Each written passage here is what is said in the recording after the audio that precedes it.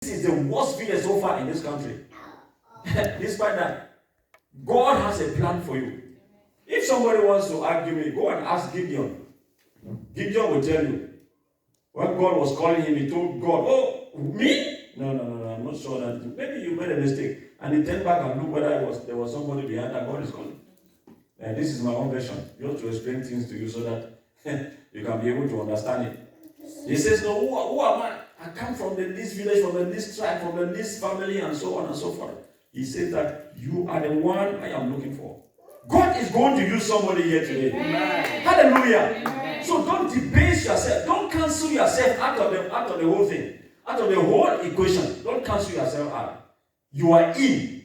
Amen. Amen. You have to brace yourself. And you run amongst those who are running. Hallelujah. Amen. Oh yes. I am telling you what I know. It is not something that is just coming from the blue. It is something that is known in the Bible. It is there engraved in the scriptures. So this is the truth. Amen? Amen.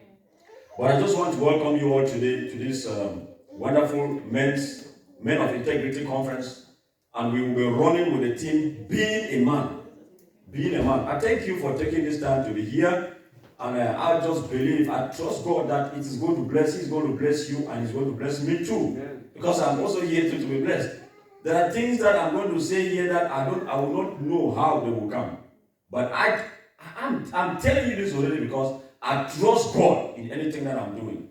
There are many times when I stand here, He begins to download things. What I even prepare, I don't look at, or I don't go into it.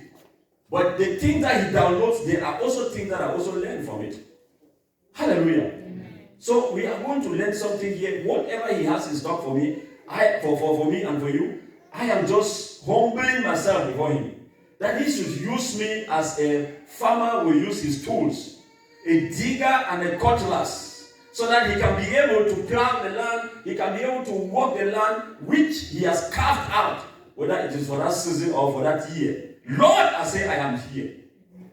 I raise my hands unto you, O God, that use me, O Father. These lips of clay, it is an unclean lips, O Father. I am not qualified to do this. But you have appointed me this day today. Amen. At this very moment, as a channel of your message to your people. Amen. As a tool, O God, that you are going to use. Amen. To pass this message on to your people. Oh God, I just pray that I will be able to tune myself, oh Father Lord, to the frequency that you are going to be releasing upon your people in the mighty name of our Lord Jesus. Amen. May it come clear, may I listen clear, and may I speak clearly and simply that they may be able to understand everything that proceeds from your throne room. Amen. I thank you and I commit them in your own hands. They have come here, oh God, because their hearts are open. They want to hear, they want to listen. Father, they want to grow. They want to become that man that you have caused them or you have formed them to be. In the name of Jesus Christ. Amen. We never thank you, oh Father Lord, for the words that we are going to hear. We are going to listen. And we will be able to imbibe in this word so that we can be able to grow thereby.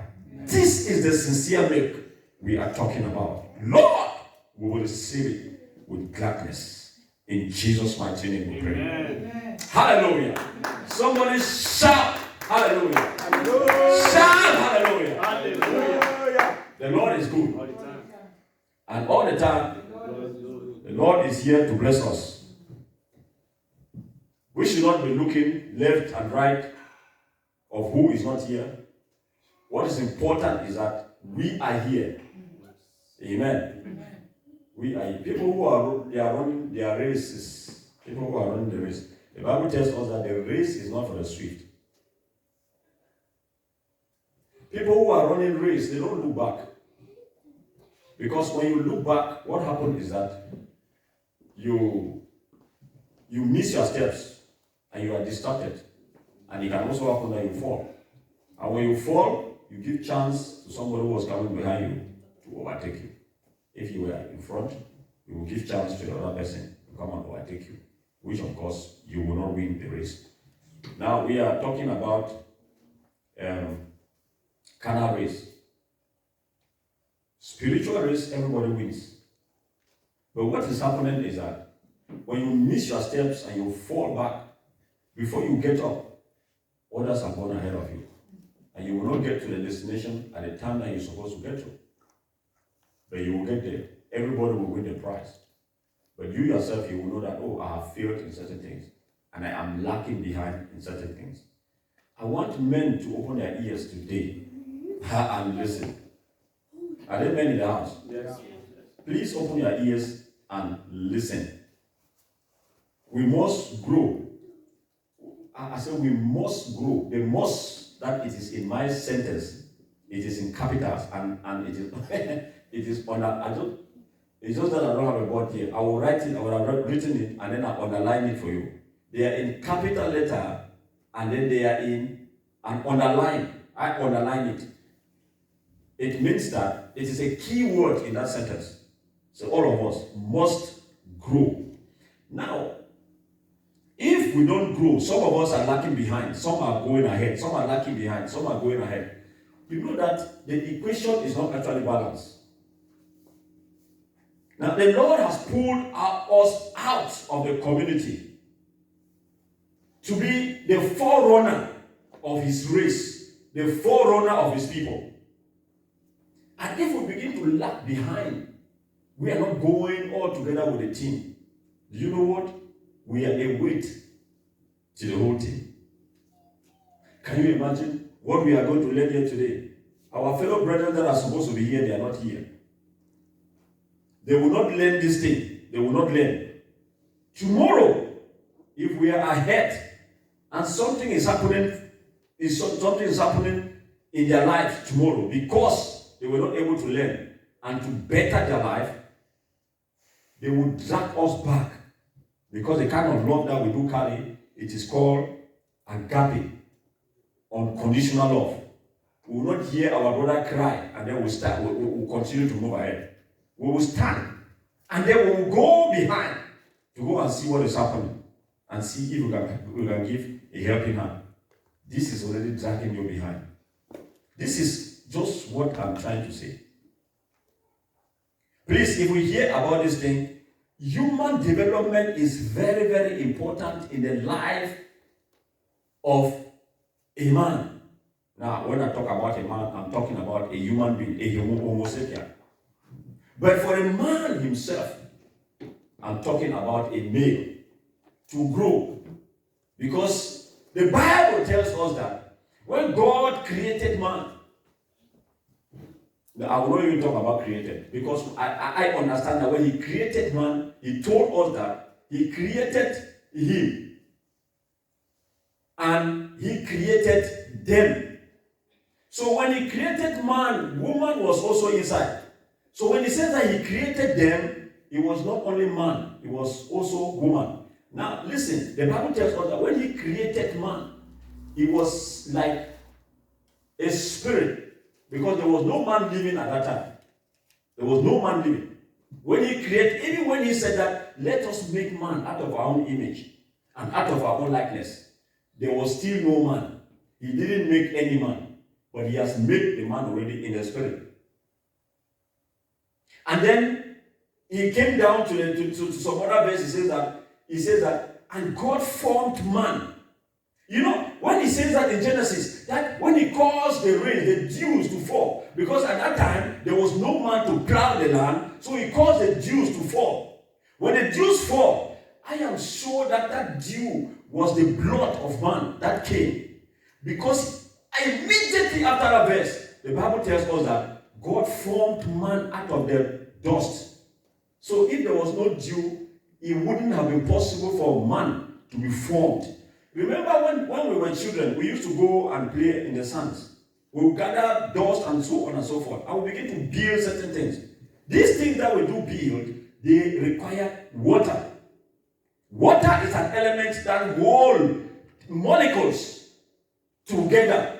So it was able to hold this soil, this mud together.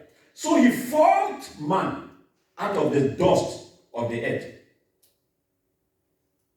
So man became, and then the Bible says that he breathed into. When I'm talking about man, I'm talking about a male now. He formed a male and breathed into his nostrils. The Bible says that, and that man became a living soul. So a living soul will begin to move. A living soul will begin to do things. And then the Bible tells us that when God looked at that, God says that it was beautiful.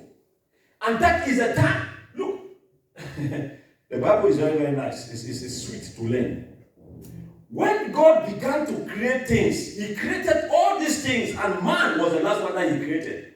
But when He started forming, man was the first one that He formed. Then He started forming animals and trees. They began to come to be. So He formed the man that the man was there on the planet Earth. He gave a garden. He made a garden. All this garden was surrounded with waters, with rivers and gold. The Bible tells us that there were gold around the shores of this river. And this man began to live. He gave this man a garden. And then that is when he began to tell the man, you will eat all of these things. He started enumerating the things that he wanted the man to eat. He started telling the man that you go and then you multiply.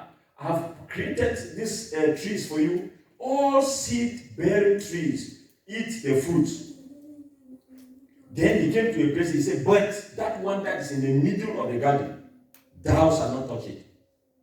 The moment you will touch it, you will surely die. That is what it says. You will surely die. And then the Bible tells us that when God looked at that, he created the animals. And every animal that he created, he said that Adam was naming the animals. After he finished creating animals, then that is when he looked. I'm sure he was hiding somewhere and looking at Adam. How he was naming those animals. Those animals, male and female. He was naming them. But God looked at it again and said, oh, this man is surely alone. It is not good that a man should be alone. I will make him a helpmeet. Hallelujah. He says, I will make him a helpmeet. And that is the time that we hear the Bible tells us that. Then God put Adam to sleep. When God put Adam to sleep, He removed the rib of Adam. And then that is the time that He made a woman. So a woman came out of a man. He formed the man, but He made the woman. So out of the elements that He created first, two of them, and then He came down, He formed the man first out of the soil, and He breathed into him. The man began to live. He gave the man orders and instructions on how to manage the things that He has created. And after that, He said that, oh, this man, because of all these things that I've given to him, he appears as if he is sorrowful in this place alone. He appears as if this work that I've given to him, this assignment, is a little bit much for him. So I will make a woman for him. Now, when something is formed, it is formed out of original things that have been made. Then another one that is made again onto that one that is created, it means it's an advanced one. So He used a man to make a woman. The Bible tells us that He took the rib.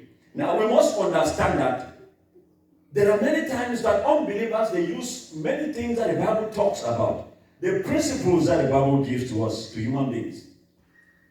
They use it for their own purpose. But unbelievers, they look at them only like principles, and they sleep on it, and they preach it, but it is never manifested. Do you know what clone is? Cloning. God was the first person who cloned, first man who cloned. When He pulled out the rib of Adam and made a woman, that is cloning. Do we know that? That is cloning. Because a cell, each cell of yourself is complete, is a complete human being of you. When it is modified, when it is multiplied, it became you yourself. So a cell in your body, it has everything that you do have. The fact that it is a cell, they do have bones in them. It's only a matter of time. If they are put in a good condition and a good development, they are going to develop into all that structure and they become a man. That is the reason why the scientists these days, they are trying to clone people. They are trying to make man. But they are still not succeeding.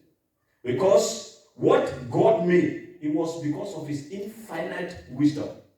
That wisdom that human being will never ever comprehend. Human being will never ever know how to get through to it. Hallelujah. So being a man. Now this theme, being a man, it is not a theme on its own, but it's a theme like a process that is going. If we say being a man, it means that we are growing step by step into that man.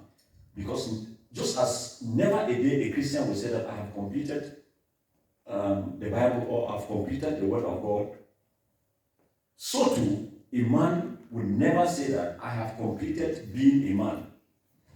But we are still in our raw stages. The men, especially the ones in this house, they are still in their raw stages. Now, anything that is in its raw stage, it needs to be processed.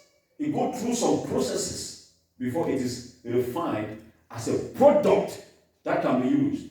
And in most cases, products are used as raw materials to some other products, and some other refined products or finished products are used as raw materials to some other ones. Is somebody getting me? We must learn, because we will not continue to be children, and we will not continue to speak the same thing that we are speaking every day. What am I saying? I am saying that we will not continue to be speaking like children all the time. A child must grow to a certain level. Amen? Amen. Because I'm just trying to speak in a way that all of us can try to understand what I'm trying to say.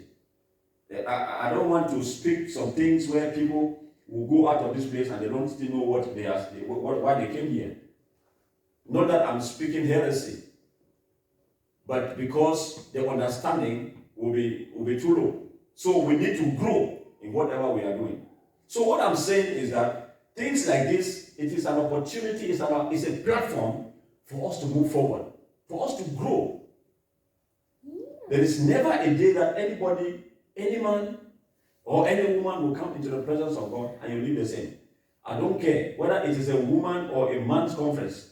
If you go there, you will still receive something. As long as it is the word of God that is being preached.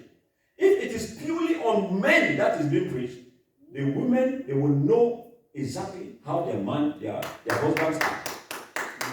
If it is a pure woman, when I talk about pure, I mean that when they are digging into the real feminine or manly things, and the opposite sex, they are there in the meeting, they will still benefit from something. Because I tell you that if it is a spiritual or a godly conference, if it's a Christian conference, there will be scriptures that will be quoted. And these scriptures, they will minister to people. They minister to people differently. So, my plea to us is that for you who are here, please, this kind of platform, this kind of situation, this kind of scenario, don't ever miss them, because you are going to learn. Now, we have to grow from one level to another. As I was saying, being a man is a process. I am also being a man. I'm not finished being a man. I am not finished. Because I learn every day. You too must be learning every blessed day to be a man. At least I have got to a certain level of being a man. All of you here, you are at your own level too of being a man. But you yourself, you know the level that you are a man. And you know that you are still lacking a lot. I, for one, I know that I'm still lacking a lot. There are still many things that I don't know how to be a man. That is the reason why I do learn every day. I want to encourage you to be learning every day to be a man. Being a man is not easy. I will not tell you that it's easy. There is a lot of pressure upon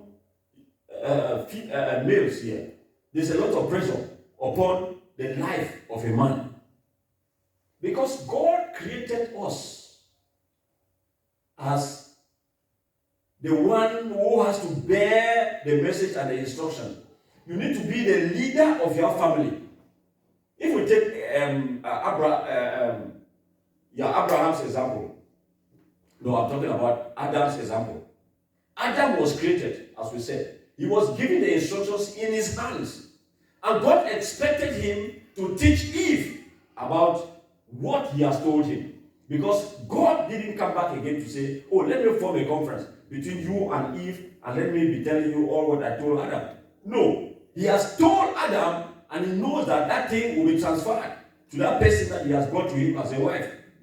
So a man is supposed to be a teacher in his family. Amen. You're supposed to be a teacher to your wife, a teacher to your children, and a teacher to everybody that is around you. Now, we must understand that Adam actually taught Eve about the fruit in the middle of the garden. Adam did. But there was some kind of misunderstanding that occurred. Yet, Eve still took the fruit. The reason why I know that Adam taught Eve is because Eve had to relate to the Satan, to the devil. That God said was Eve there. Eve was not in the place when God was giving the instructions to Adam. Eve was not there. But yet, she can tell the devil that God said. Which means that in one way or the other, Adam would have settled Eve beside a tree in the cool of the day, maybe before God came, and was lecturing Eve that this is what is supposed to happen. This is what is supposed to happen. Now, men in the house, we pose sometimes that we are men. That is true. And we have big voices that we speak, and we frighten people. This is the big voices that we don't have. This is baritone voice, or what kind of voice? That is not what makes you a man. That is not what makes you a man. Look, sometimes, you know, when a lion roars in the forest, it is roaring in the forest in a bid to frighten its prey. And when it frightens its prey, because the lion is a king of the forest, but the lion is also afraid. There are many cases where I've seen animals have treated lion badly and killed the lion even. And the lion has seen animals coming, he is running. As a king of the forest. That fearless animal, that fearless cat, it is running. And sometimes when we lift our voice, we begin to, when we are talking, we open our voice like that male voice to frighten somebody. It's because you know that you don't have confidence in yourself. It's because you know that you don't have confidence in yourself. You use that voice to frighten somebody. A man, when I talk about a man, I'm talking about somebody who is grounded. Somebody who knows exactly what he or she is doing. Now, we'll begin to look at all these things. How you are going to be a man. I'm saying that it is not a voice. It is not your muscle. This one that you carry, and you are walking up and down. There are many people here, they will go and buy what they call, how do they call that thing? Protein. They sell them in the market, they sell them in the shop in big containers like that. They will eat them. You see their muscles, they will come up like this. And they are walking everywhere. And they wear some small tiny shirt.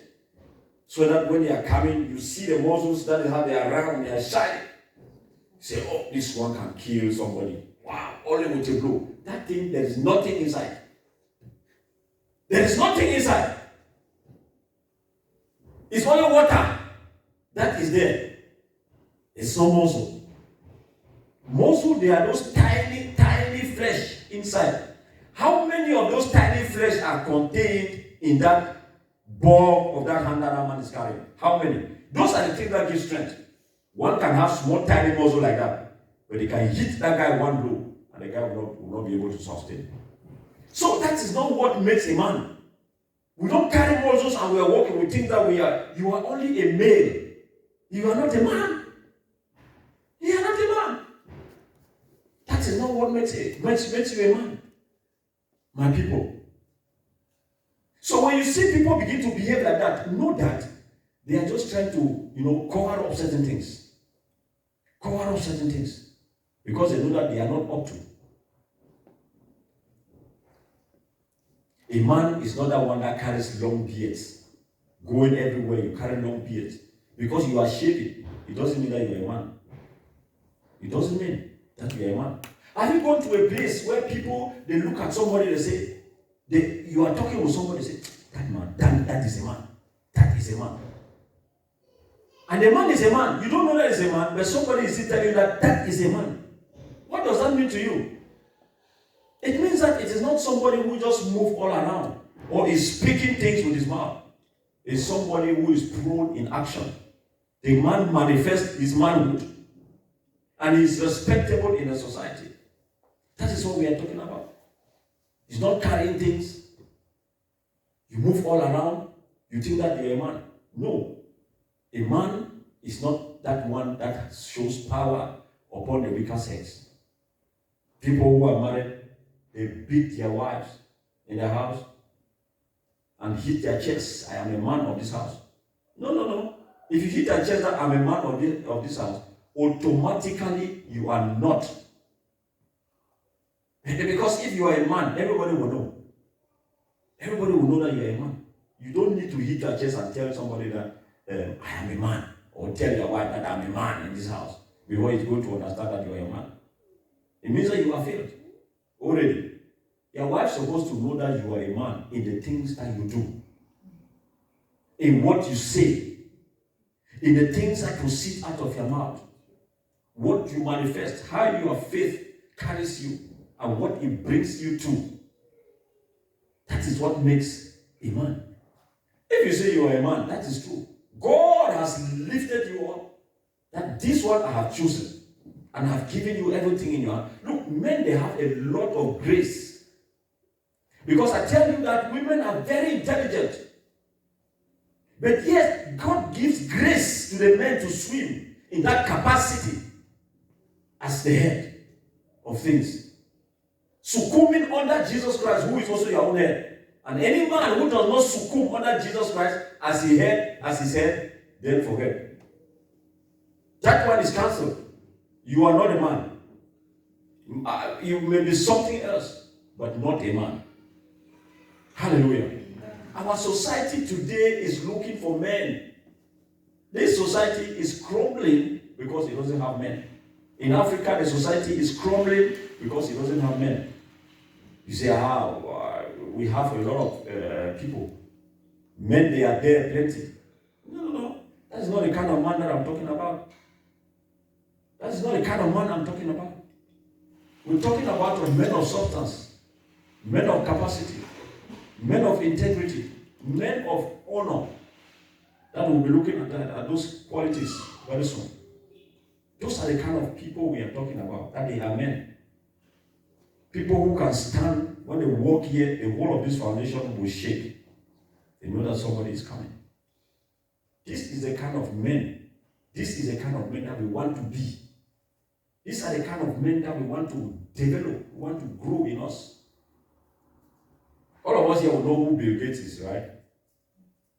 We know about Bill Gates. We know powerful men and women. But we know men that you don't need to say whether he was a man or not. He doesn't need to come and tell you that I'm a man. You yourself, you know that man is a man.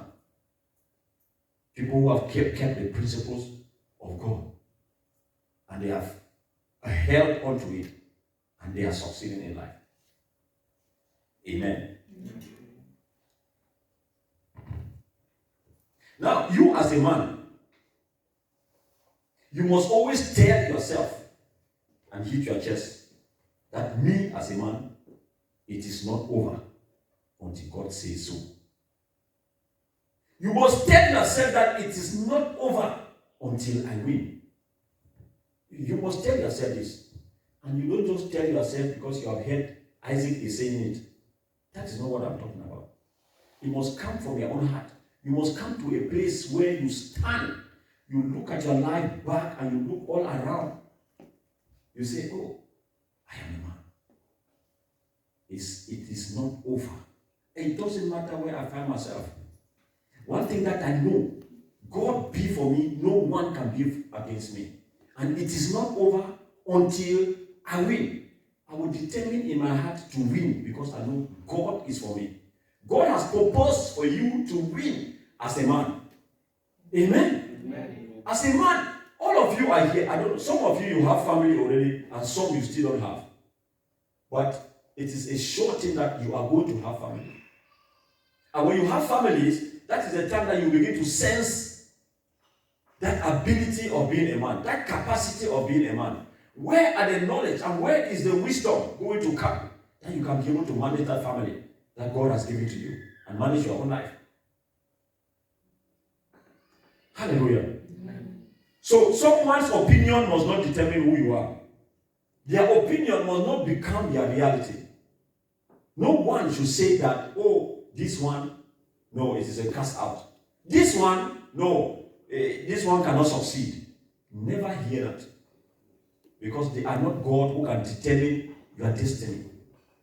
They cannot determine your future. No one man can determine your future on earth. It is only God who can determine your future. That is the reason why I am calling upon your indulgence today to cling unto Him. Cling unto God and believe Him. Look unto Him, for He is the author and the finisher of your faith. He will see you through. Amen. God will not lie. God will keep you in that position that He made you to be. Hallelujah. Amen. He has been doing it for men, and He's going to do it also for you. Amen. Hallelujah. Amen. The greatest curse in our society is fatherlessness. Is fatherlessness. There are no fathers in the land. And if there are no fathers in the land, little foxes, they will creep in the place and begin to destroy the vine. Anyhow, the father is the head. If the head is cut off, the body is lost.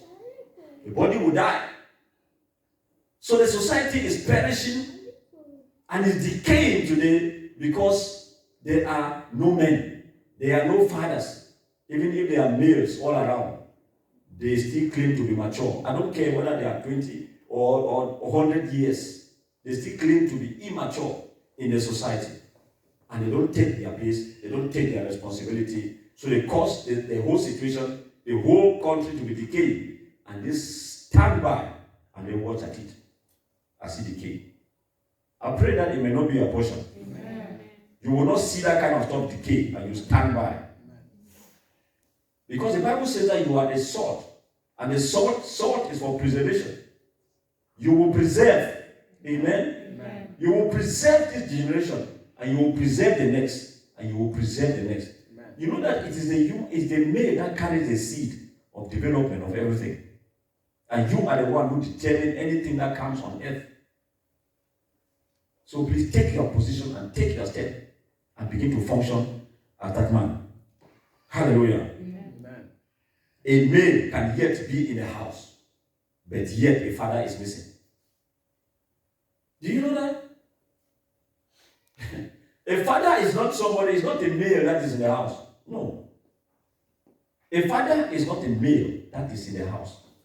A father is a man that takes responsibility, that teaches, that coaches, that instructs, and his children and his descendants and his heirs, they respond to what he is saying. God says, Abraham is my friend because I know him and know that he will be able to instruct his children. Amen. We saw many cases in the Bible where people, they gave birth, they were not able to bring those children up. Eli, for example, his children made him and caused him to die as a result. May your children not cause you to die. Amen. Prematurely. Amen. I want us to read this scripture. Malachi 4, verse 5 to 6. Malachi 4, verse 5 to 6. Are we there? You guys didn't bring Bibles. Did you bring your Bibles?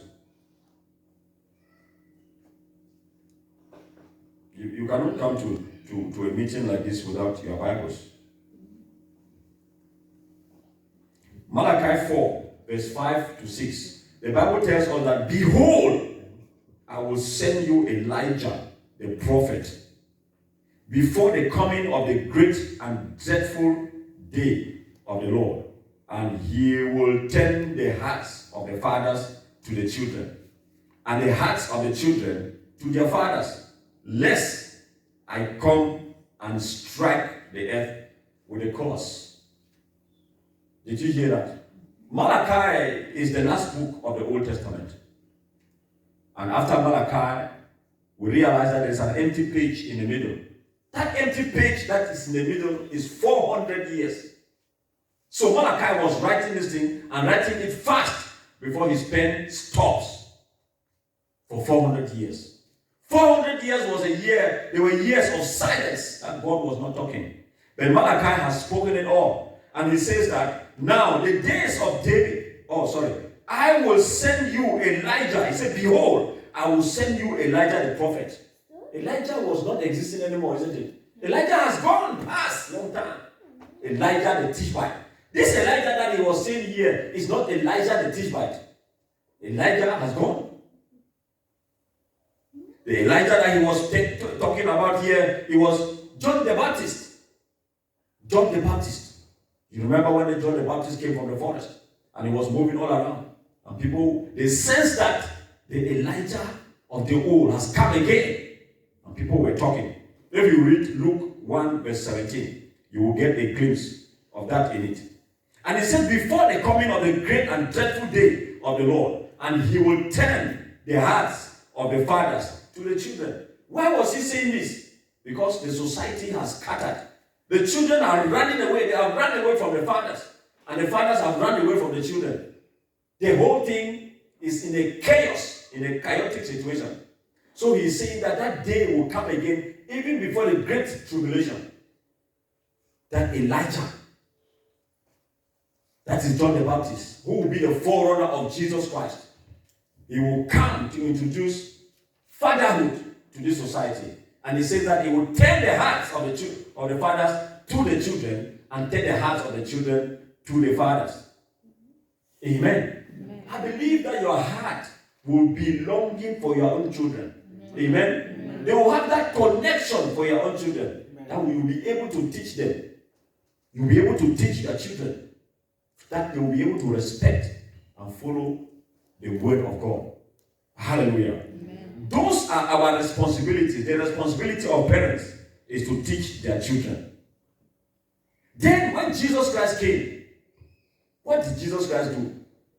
Still because of this scripture. Turning the hearts of the fathers to the children and turning the children's hearts to the fathers. Jesus Christ came when he started his ministry. He began to call men.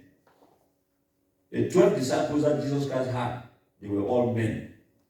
He was calling men because men, they have run away from their responsibility. He didn't call women. He called men. But the Bible is telling us that when he called men, women, they followed because they know the importance. Women, they followed.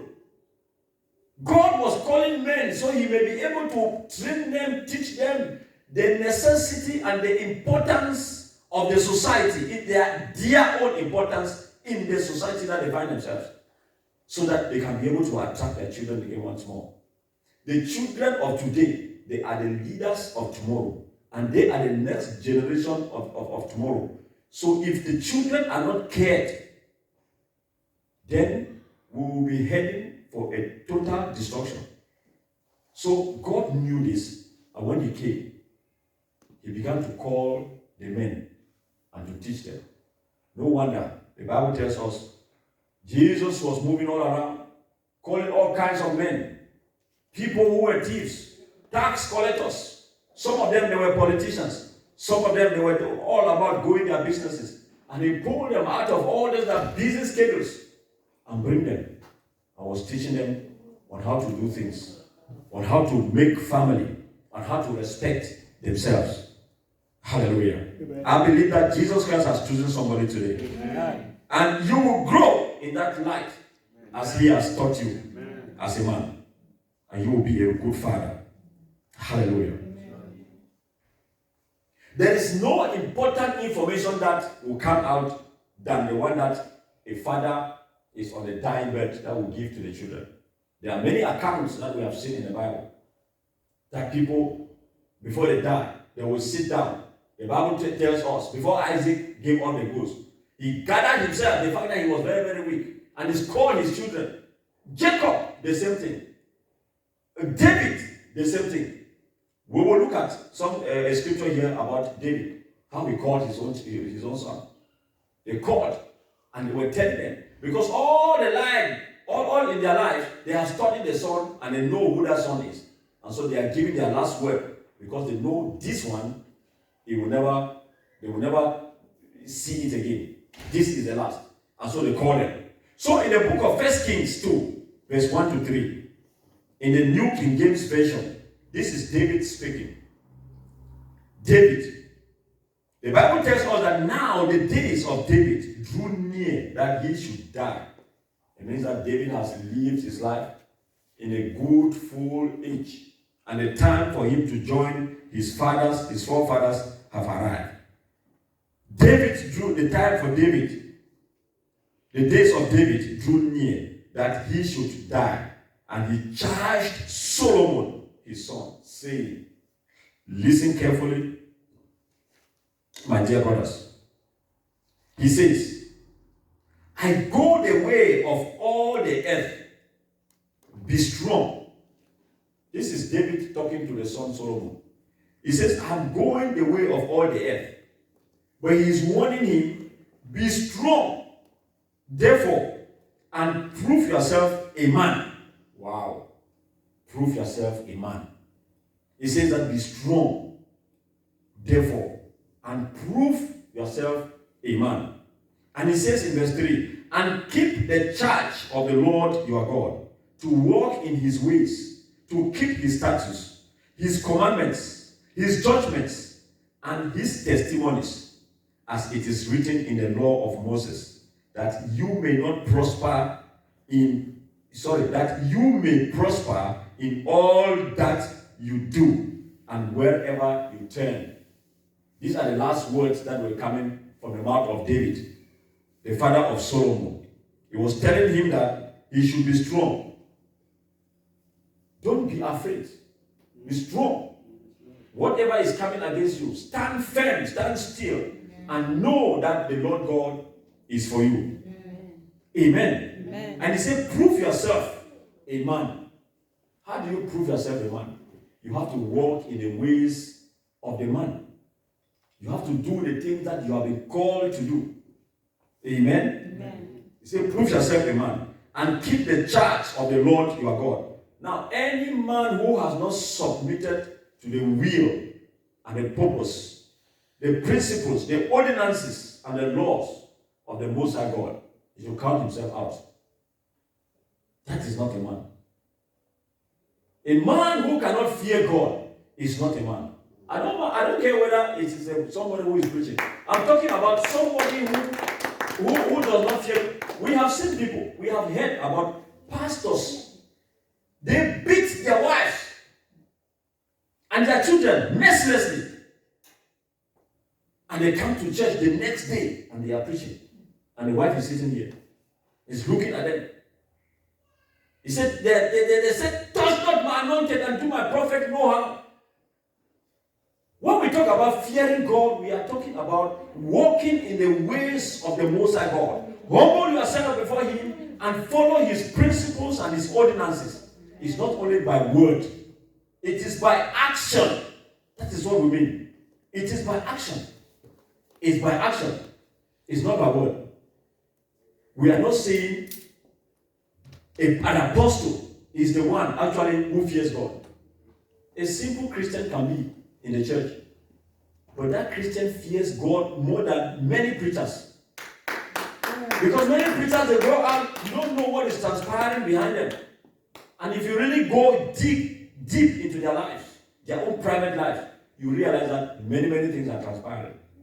I am not here to condemn preachers, but I'm only here to tell you that when I'm talking about respecting the principle, fearing God, being a God man, it is not about being a pastor. It's not about being a Bible teacher.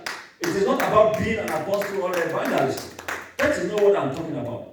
I'm talking about the fact that your conscience is in line with what you do. Amen. It is that person who says, I will do the word of God while it is day. Now it is your day. Amen. And I encourage you to start doing the word of God. If you have not started, today is the turning point of your life. Amen. Please start doing it today. Amen. Hallelujah. Amen. He said that is the man. Say, be a man. Prove yourself a man. We must prove ourselves men in the society by the things that you do. If it is learning, you have to learn. If it is instructions, you have to follow instructions. We follow the things that the Bible asks us to do. That is what a man means. This is part of your development. You are developing. There is never a time, as I said before, you are going to say, no, I have completed being a man. Hallelujah. Amen. Christ is the head of the church and a man to his family. Christ is your head. You who believe that you are a man, if you have a family, and even if you don't have a family, you are yet to have one, you are like a schoolboy that is in a school training so that tomorrow he may be a businessman or he may find a job. Because as for that, it is going to come. You have to succumb under the leadership of Christ so that you can be a man. Because if you don't look unto him, who downloads things to you, then where are you going to get wisdom? Where are you going to get the tools that is necessary for you to handle your own family? Being a man, it is not just moving all around and making noise. And you say you are a man. No, that is not what they are saying about. Being a man is not only people who have testes. It is not. That is not the kind of, it is a male. And when you are a male, you are more dangerous in the society than a man. A male is dangerous in the society than a man. Because a male is like a young boy who does not know the nitty-gritties of life. And yet he's taking all kinds of risks. Because I know my parents are there. When anything happens, they are going to sustain. They fight, go and bring trouble in the house. He is not able. He is not willing to stand on his feet. That male will always find a way where he will lean on somebody. Independence is not found around a male. But if you are a man, you always seek for independence. Because you know, I would not like to be feeding. I would like to contribute. Hallelujah. Yeah. There are weaklings in the society in the form of males. Some women are even stronger than males. Or males, because a man should be strong enough. A man should be strong enough. Amen? So Christ must be your head. That is why it says in Philippians. No, it says that as a head, you are expected to possess and manifest Christ-like virtues. Now, when we talk about virtues, we are talking about the good things, everything that Christ has propounded upon your life. Those are the good things we are talking about. We're not talking about vices. Like some people, they will say, yes, I preach virtues, but myself, I practice vice. When you hear somebody says, do the things I say, don't do the things I do, know that this one is a male. It's not a man. I don't care if it is coming from the pulpit. It's a male. It's not a man. You know who a male is. You know who a man is. We are being men. We are developing to become men and not to stay male. If you are a male, may today be a turning point in your life. Amen. May you begin to transform to be a man. Amen. The earlier you be a man, the better for you. Because you will have the experiences, then you will have hands-on experiences to handle the things that are to come in the future. Life will not remain the same. You are not going to be the same person you are today. Things will change. You will grow. You will increase. It shall be added unto you. Hallelujah. Amen. Somebody. That is the reason why here in Philippians 2, verse 5 to 7, it says that, let this mind be in you, which was also in Christ. This is what we are talking about. The mind of Christ. You have to be Christ-like. If Christ is your head, then you are taking instructions. Then you have to be developing in his own character. Let this mind be in you, which was in Christ Jesus, who being in the form of God, thought it not robbery to be equal with God, but made himself of no reputation, and took upon him the form of a servant, and was made in the likeness of men. Because we are men, and we know also that Christ was on earth here. He treaded upon this earth as flesh and blood, like you and me. And he dwelt amongst us. He fellowshiped amongst us. He ate amongst us. He did things amongst us. And so all of us will also say, oh, because Christ was a man, me too, I'm a man. What Christ knew, I also know. So there is no need for me to take instruction from me. That is just being proud, man. That is just being proud. And when it happens that way, the Bible tells us that you are resisting. You are proud, and automatically you become the enemy of God. If you humble yourself, oh yes, he's going to give you the grace to get to that place, to be that man. But if you continue to say no, because Christ was a man, and I'm also a man, I am not taking no instruction from anybody, because I'm a man. I have muscles. I have all what it takes to do the things that I need in life. Yes, that is not enough.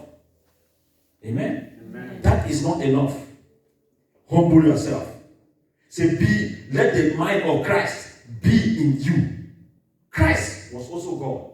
But the Bible is telling us that while he was here on earth, he didn't take it robbery to compare himself with God, but he humbled himself unto the point of death.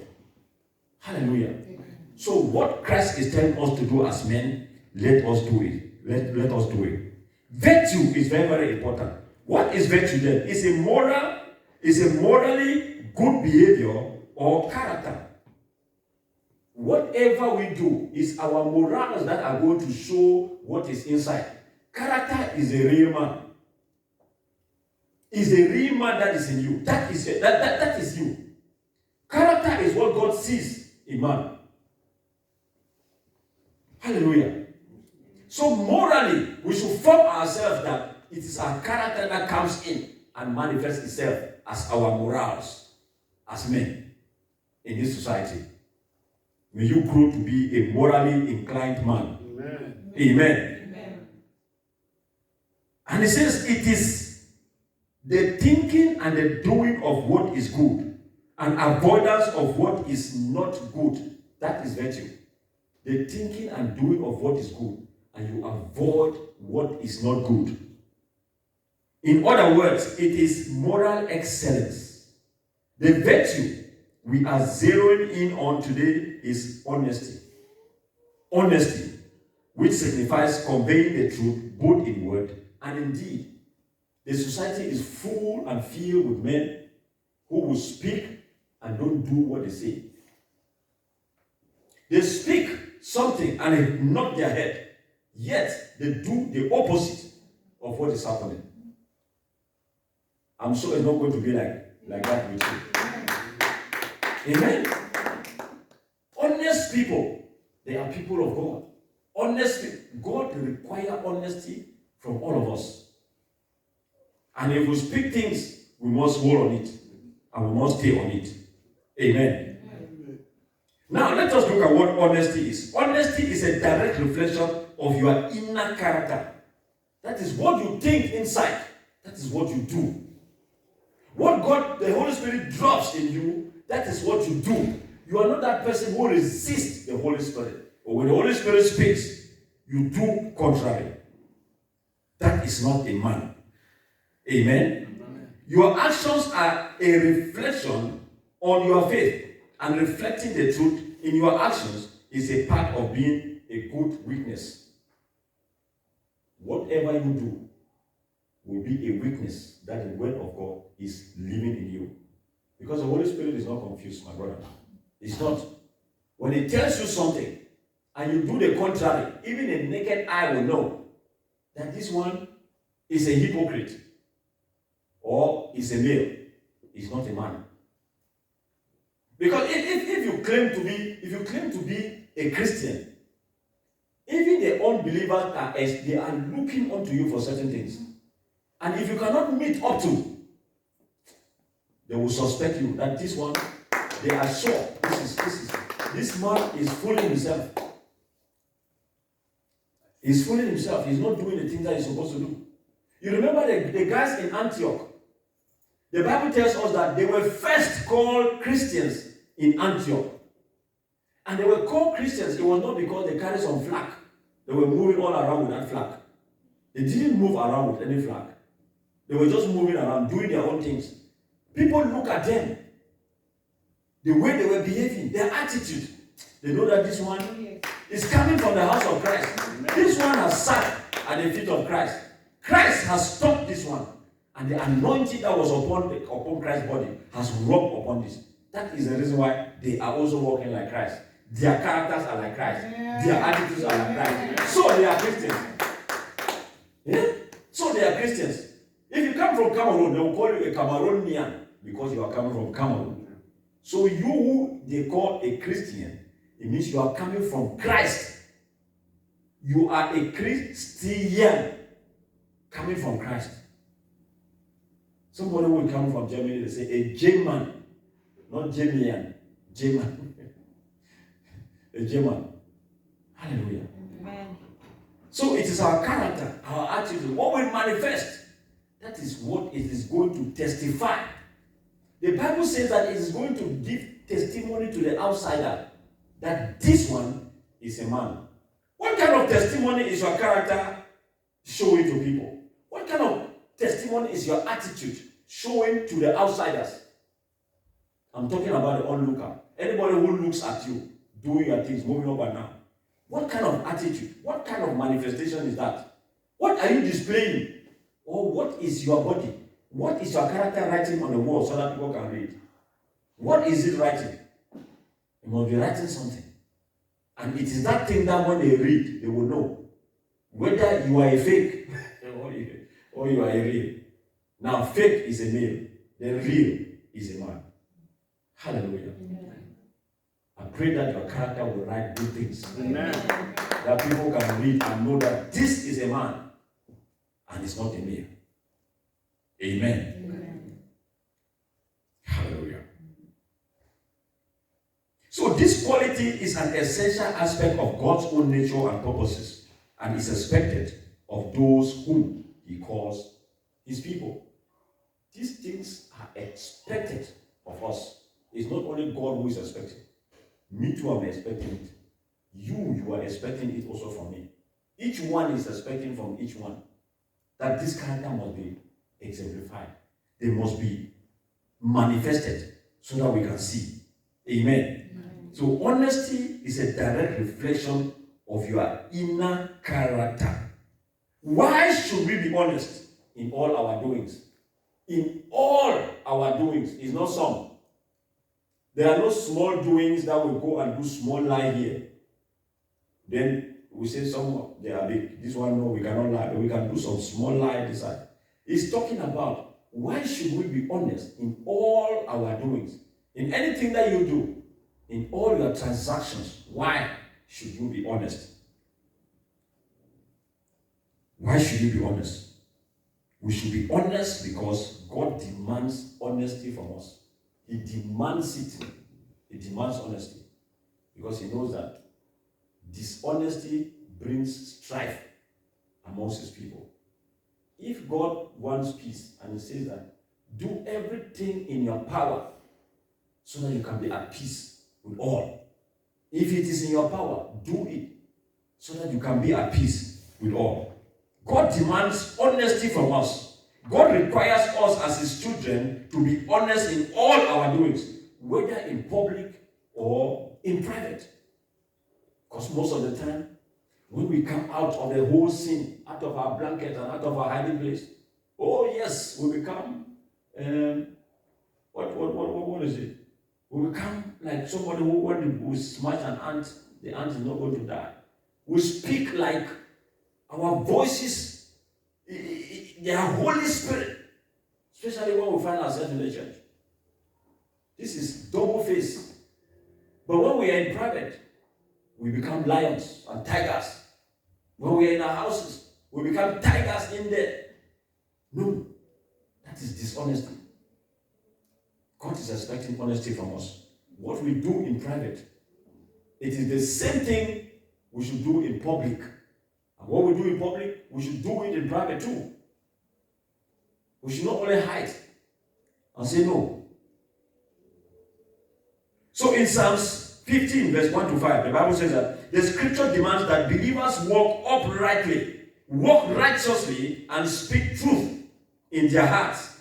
Lord, who may abide in your tabernacle? Who may dwell in your holy place?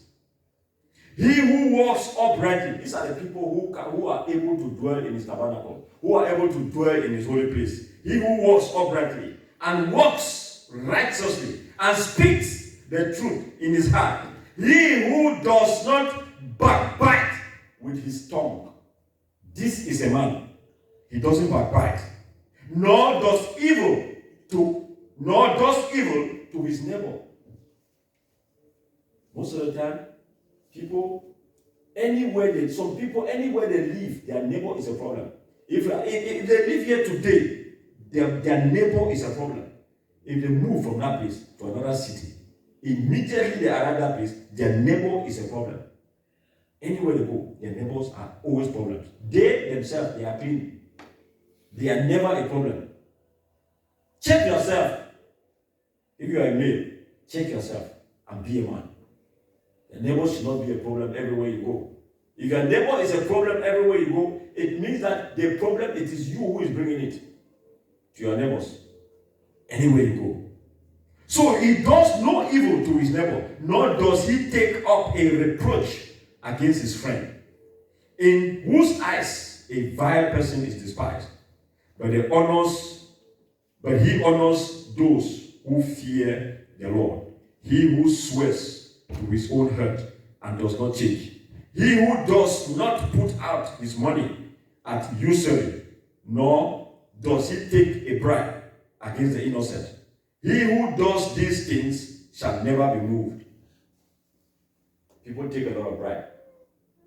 People, they take bribe in other things. They move here and move there. They have collected something and put in their pocket. The Bible tells us that bribe perverse and it destroys justice. It perverts justice. And bribery and corruption brings poverty to a country. All of us, we know where we are coming from. Most of the places where we are coming from, they are suffering because of all those things. Bribery and corruption. Hallelujah. Amen. So we should desist from all those things that the Bible is calling us to. Amen. Let us look at 2 Corinthians 4 verse 2. We'll take the last one. 2 Corinthians 4 verse 2. The Bible says here that rather we have renounced secret and shameful ways. We do not use deception, nor do we distort the word of God. On the contrary, we set forth the truth plainly. We command ourselves to every man's conscience in the sight of God. We renounce secret. The sacred and shameful ways that we do have, we renounce them. Now, renouncing is opening up anything that we do hide. The devil dwells and it increases and really manifests in hidings when it is in darkness. So the Bible is admonishing us here that we must open up things, renounce any secret that are shameful. If we have done something that is wrong, we must renounce it. Open it up. If you don't open it up, it will continue to eat you. And one day, before you notice, you will crumble. When a tree is grown like that and a moth is eating the tree under, anytime you pass around the tree, you see the leaves are making cha-cha-cha-cha-cha. And the whole body of the tree is still fresh. It's smooth. You say, this is a fresh tree. But the day that moth will eat the heart and that tree crumbles, that is the only time that you will know, the whole of the inside of that tree was already eaten. That is how the shameful things are eating some people.